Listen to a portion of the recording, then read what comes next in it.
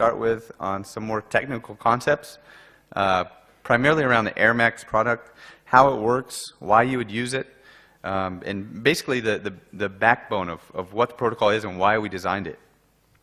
As been mentioned, the 802.11 protocol that a lot of the Wi-Fi products today are based on was not designed for outdoor wireless. So we took the products that we have and completely rewrote the underlying protocol to work specifically for outdoor fixed wireless. And as you can see, I hope some of you can see that in the back, but some of the benefits that you can achieve with this new protocol: noise immunity, scalability, faster throughput, and overall better performance. So with fixed outdoor wireless, there are a few different types of deployments. One being backhaul or point-to-point deployments, fixed links, which are basically long Ethernet extensions. The other is point-to-multipoint, where you have one access point or base station and multiple CPE or station devices. And today I'm going to talk more about the point-to-multipoint deployments. I know Ben asked about how many of you are using AirMax today. How many of you have very dense point-to-multipoint networks in your network? Most of you. Okay, that's good. So first, like we mentioned, 802.11, the basic standard protocol, was designed for indoor wireless. And in indoor, typically you'll have multiple devices, 30 devices or however many in the same room, same area. And the way the protocol was designed was all of the devices could hear each other or sense each other. It's based on carrier sense multiple access. So all of the laptops or smartphones, when they try to communicate with the access point, when they try to transmit, they first listen. And if they can hear another device already talking to the access point, they'll stop and back off. And when all the devices are nearby and can hear each other or sense each other, this works very well and can scale decently. However, when you take these same radios and you put them outdoor with very directional, high-gain antennas and they're spaced miles apart, they can no longer hear each other. And you run into a common problem which we call the hidden node problem. And what happens with the hidden node problem is the client devices first try to stop and listen and see if anything else is transmitting. And of course, if they're miles apart, they're not going to be able to hear the other devices transmitting. So they'll attempt to transmit, and you'll get a lot of collisions on your network. Both CPE devices will transmit.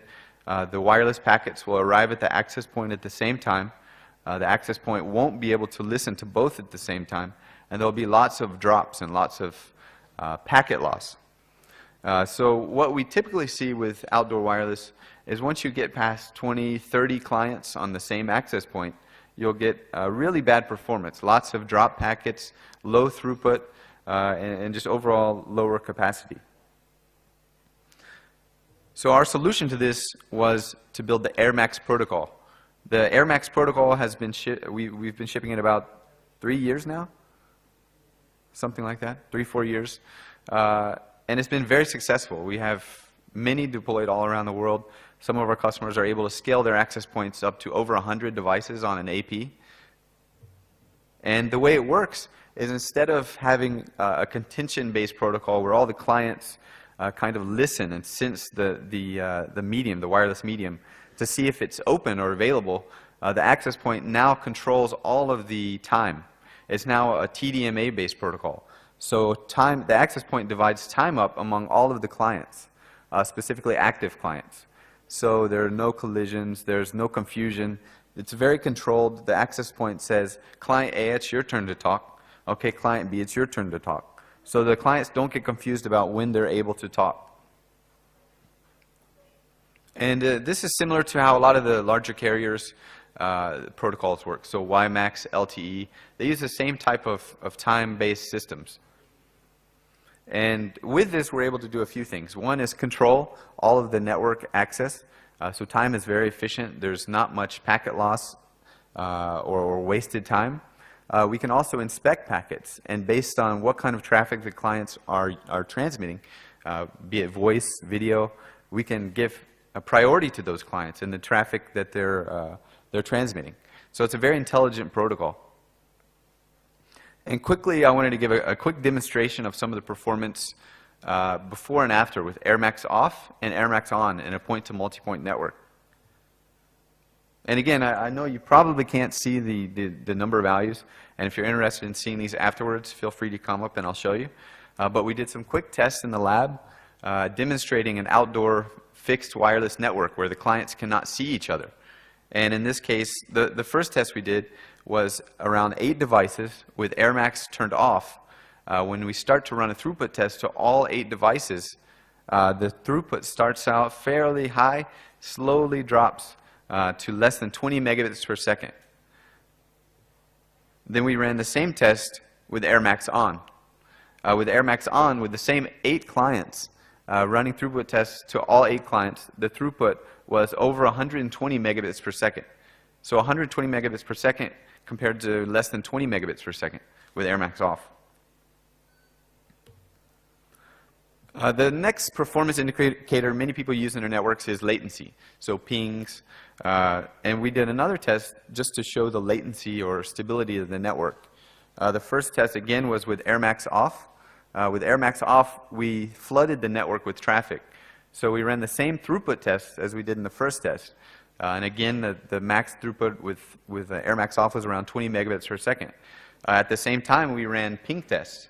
And with the ping test, we started dropping pings. Pings were 3 digits, or almost up to a full second of latency. And then we, again, ran the same test with AirMax on. And instantly after flipping AirMax on, the capacity, even with a flooded network of 120 megabits per second, everything was still very stable. Latency did not get over 2 digits. There was not much jitter. Everything was very solid, very stable.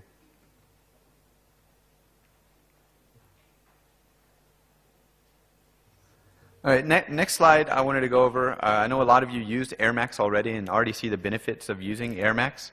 But one thing that we wanted to do this show was get a little bit more technical about how it works and why things work, how to better improve your network. So with AirMax, since it's no longer based on being indoors using the standard contention protocol, it's now a TDMA system. It's based on time. So one thing you have to do to improve your network or scale your network is really make sure that that time is being used very efficiently. And what that means is using high quality clients, very good signal, low noise if possible. If you have a poor quality client on your network, they're going to take a lot more time to download or upload the same amount of data as a good quality client would. When a good quality client would simply get on with a high rate, transfer that data very quickly and get off. With poor quality client, there's going to be a lot more time to try to download the same information. So when that happens, the poor quality client actually takes time away from the good quality clients on the same network. So this is where we bring in airtime efficiency. It's very important to make sure that your network is very efficient. And the best way to do this typically is make sure all of your clients have really good data rates. If you see clients that have low rates, it's typically because they have a lower signal. So if you have low quality clients, low signal, and you have high quality clients, it may cause bad performance to the higher quality clients. So in that case, you may want to go to that client, increase their antenna size, use a better quality CPE device, do whatever you can to raise that client's quality.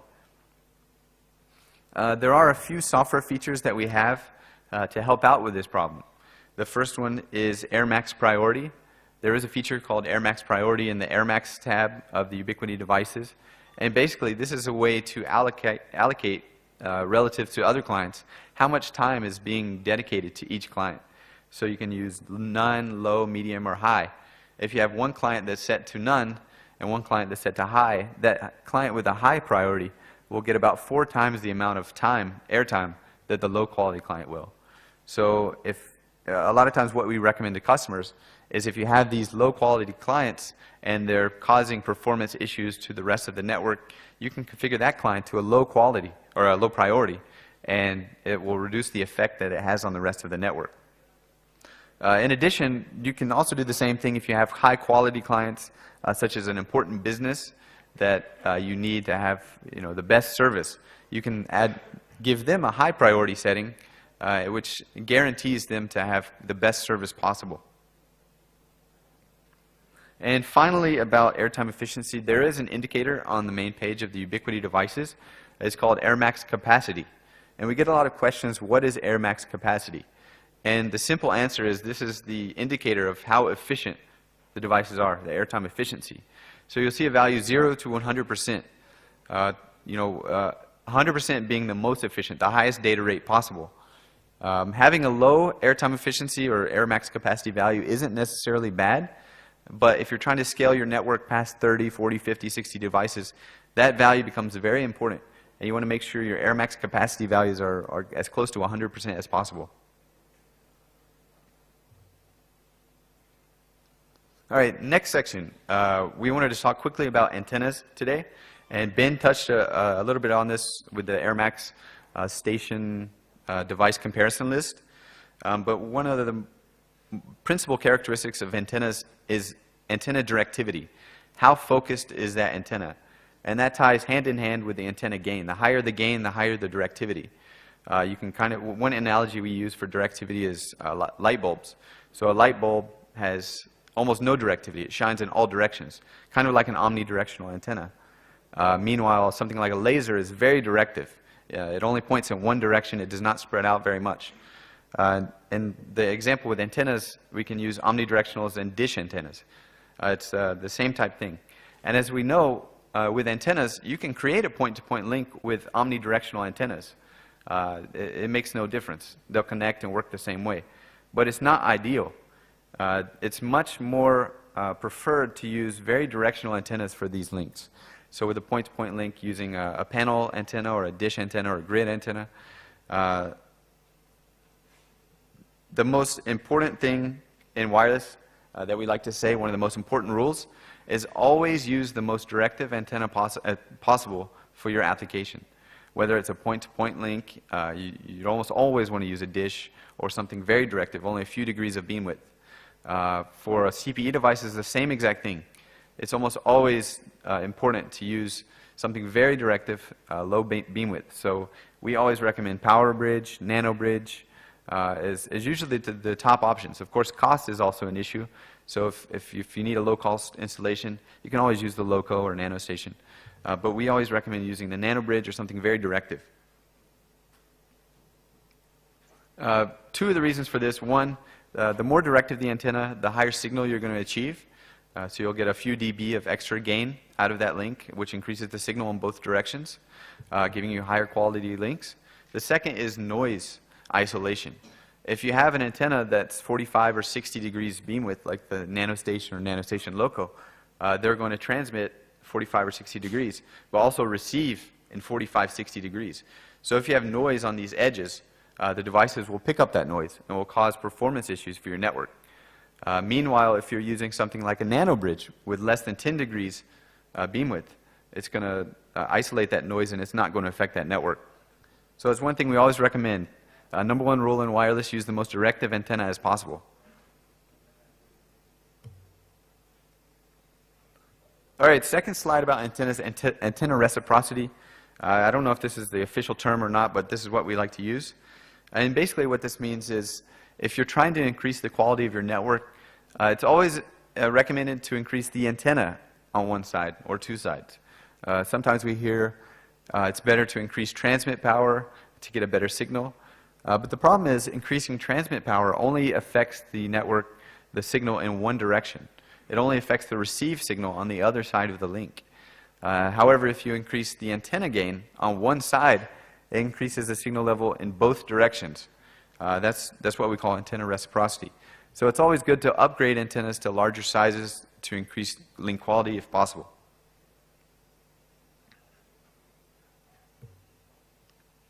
And that was it.